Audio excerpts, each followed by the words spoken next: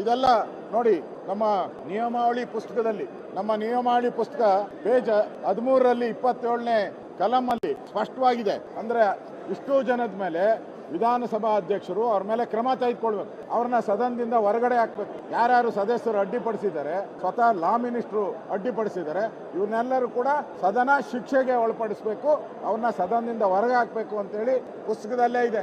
ನಾವು ಆಗ್ರಹ ಮಾಡ್ತಾ ಇದ್ದೀರಿ, ರಾಜ್ಯಪಾಲರು ಅವರ ಗೌರವ ಏನಿದೆ, ಘನತೆ ಏನಿದೆ ಅದನ್ನ ಕಾಪಾಡಿದ್ದಾರೆ. ಅವ್ರು ಯಾವುದೇ ರೀತಿಯಾದಂತ ಸದನಕ್ಕೆ ಅಗೌರವ ಮಾಡಿಲ್ಲ. ಇವ್ರ ಬಿಲ್ಗಳೆಲ್ಲ ಹೋಗಿತ್ತಲ್ಲ ಬೆಳಗಾವಿ ಅಧಿವೇಶನದಲ್ಲಿ, ಎಲ್ಲ ಬಿಲ್ಗಳು ಸೈನ್ ಮಾಡಿ ಕಳಿಸಿದ್ದಾರೆ. ಅವಾಗ ಸರಿ ಇತ್ತಾ?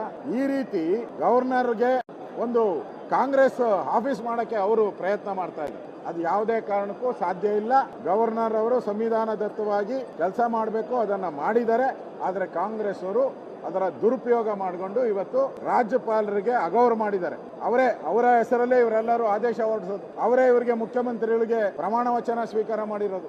ಈ ಎಚ್ ಕೆ ಪಾಟೀಲ್ ಅವ್ರಿಗೂ ಅವರೇ ಪ್ರಮಾಣ ವಚನ ಮಾಡಿ ಅಧಿಕಾರ ಕೊಟ್ಟಿರೋದು. ಅವ್ರ ವಿರುದ್ಧನೇ ಮಾತಾಡ್ತಾರೆ ಎಚ್ ಕೆ ಪಾಟೀಲ್ ಅಂದ್ರೆ. ಇದು ಸಂವಿಧಾನದ ವಿರೋಧಿ ನಡೆ.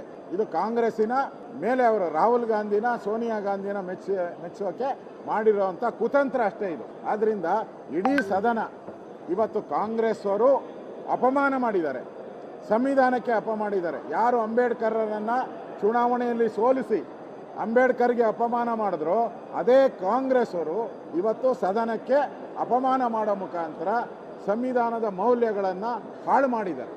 ಅದರಿಂದ ಅವ್ರ ಮೇಲೆ ಕ್ರಮ ತೆಗೆದುಕೊಳ್ಬೇಕು ಅಂತ ನಾನೀಗ ಪತ್ರವನ್ನು ಕೊಡ್ತಾ ಇದ್ದೀನಿ ಸ್ಪೀಕರ್ ಅವರಿಗೆ.